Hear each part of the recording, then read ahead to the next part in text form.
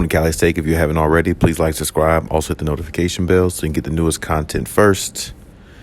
But hey, let's just go ahead and jump right in. You know, trade talks have been surrounding the Clippers a lot, especially with, the point guard position, even more so than the center position. And I think the center position is a huge part, of their success as well.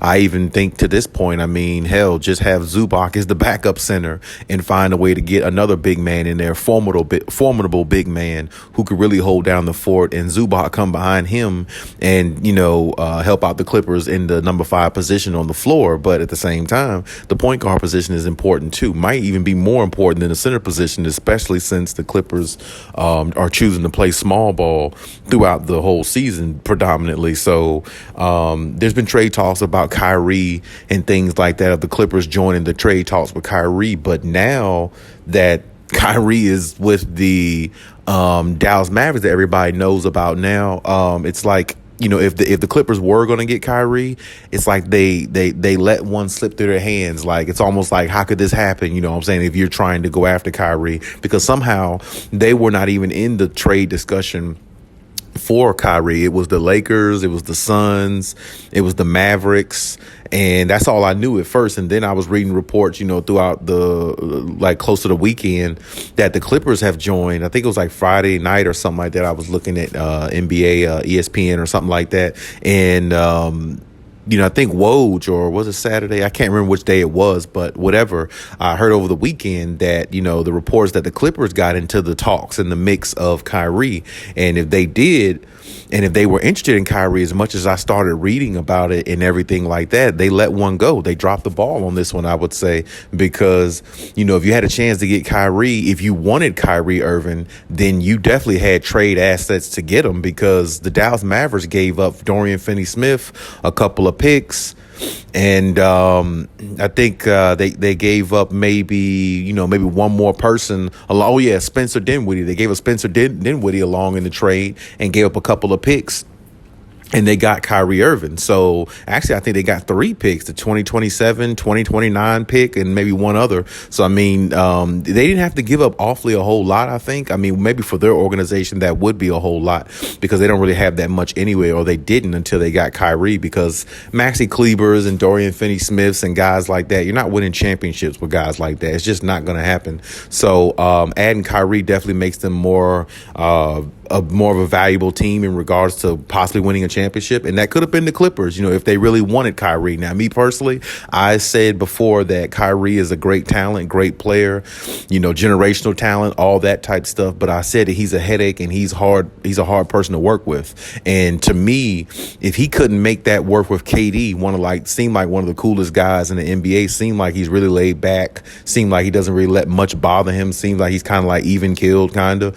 If you can't get along with somebody like that, or I'm not saying they didn't get along, but if you can't make it work there with a great player like him, who, to me, the Brooklyn Nets were, a championship caliber type team this year. Based upon when Kevin Durant was playing before he got hurt, they were playing at a pretty high level. So to me, for Kyrie to just request a trade, kind of all of a sudden, the way that he did, while this team is actually, while the Nets were actually playing pretty good, it tells me the same thing it's told me about Kyrie from years ago, that Kyrie is a headache and he is hard to deal with, hard to work with, and just hard to actually be a teammate with. And I think that's the reason why, James Harden left Brooklyn Nets, because it's just hard to work with Kyrie, because Kyrie is on his own terms. He feels like the world revolves around him and nobody else.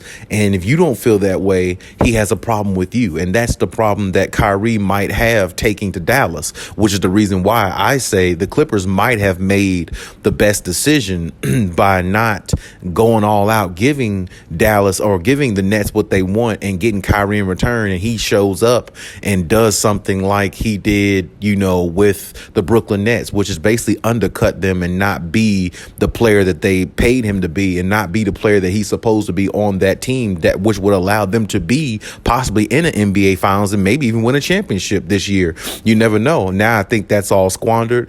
Shout out to Dallas, though. They do got one of the best players in the NBA, along with another great player and upcoming player, Luka Doncic. So, sky's limit for Dallas. I have to say that sky's limit for them. They got a really good team, and having Kyrie can definitely make life a lot easier for Luka, and it definitely will. But as far as the Clippers, they still have opportunities to go after, other point guards out there, other players, and the trade deadline is basically here. So, you have to make moves or you're going to make them. And the Clippers, they didn't get Kyrie, even though the reports were that they were definitely in heavy, conversations with, the Nets, from what I was hearing over this past weekend. And the conversations didn't go far, apparently, because maybe, what the Clippers were trying to offer the Nets, they weren't really buying it.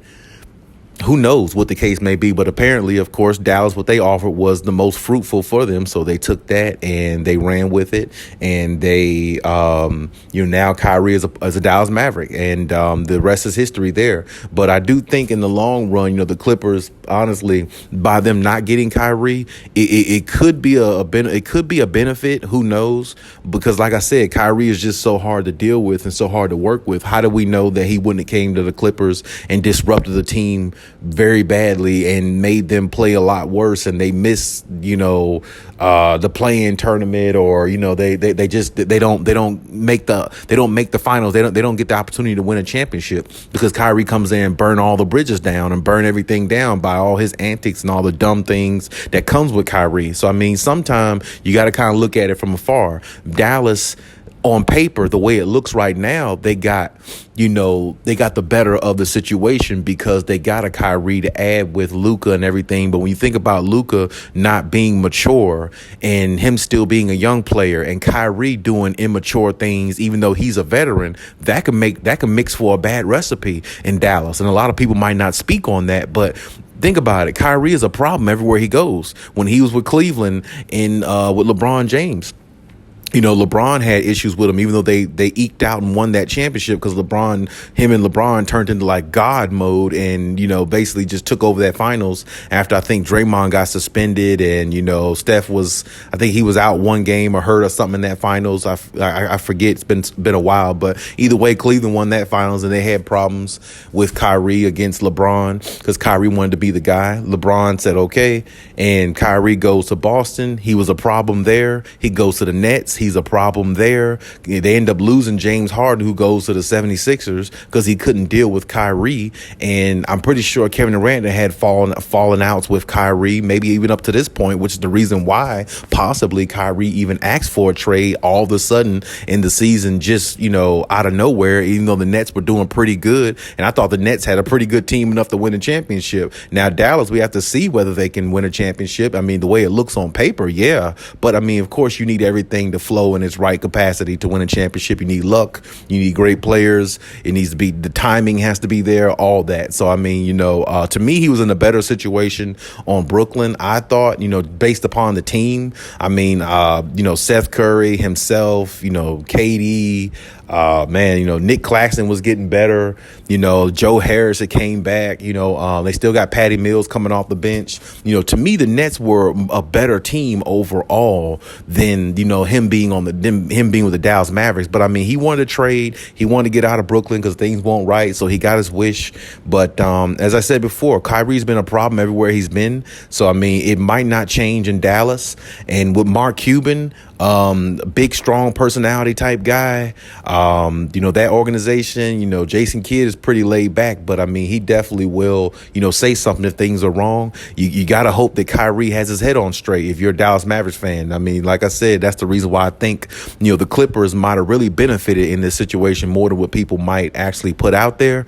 Because like I said, you don't need no problems in your locker room. No more than what you already have, probably. So not getting Kyrie for some people might be a downer, because I know a lot of Clippers fans. I was, on Twitter when I was hearing about this through the weekend. We might be possibly getting Kyrie, things like that. And I was looking through other social media sites and other social media, and the same thing. And so I hope Clippers fans are not really disappointed because, like I said, it could benefit in the long term. The Clippers could possibly get Van Vliet or somebody like him who can make up for everything. Who is a lot more in control player who doesn't speak out. He's not a superstar, of course. force like Kyrie, but he is a good enough point guard to help put the Clippers over the top, because there again, Van Vliet has won a championship also. So, I mean, I think, the Clippers are not fully out of it yet in regards to the point guard situation.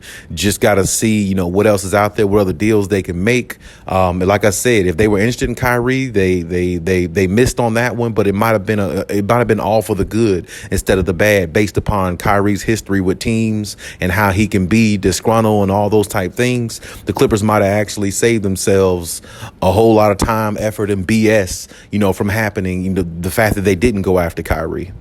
But hey, that's my take on everything. Leave any comments in the comment section. Check out my other videos if you haven't. And hey, till next time.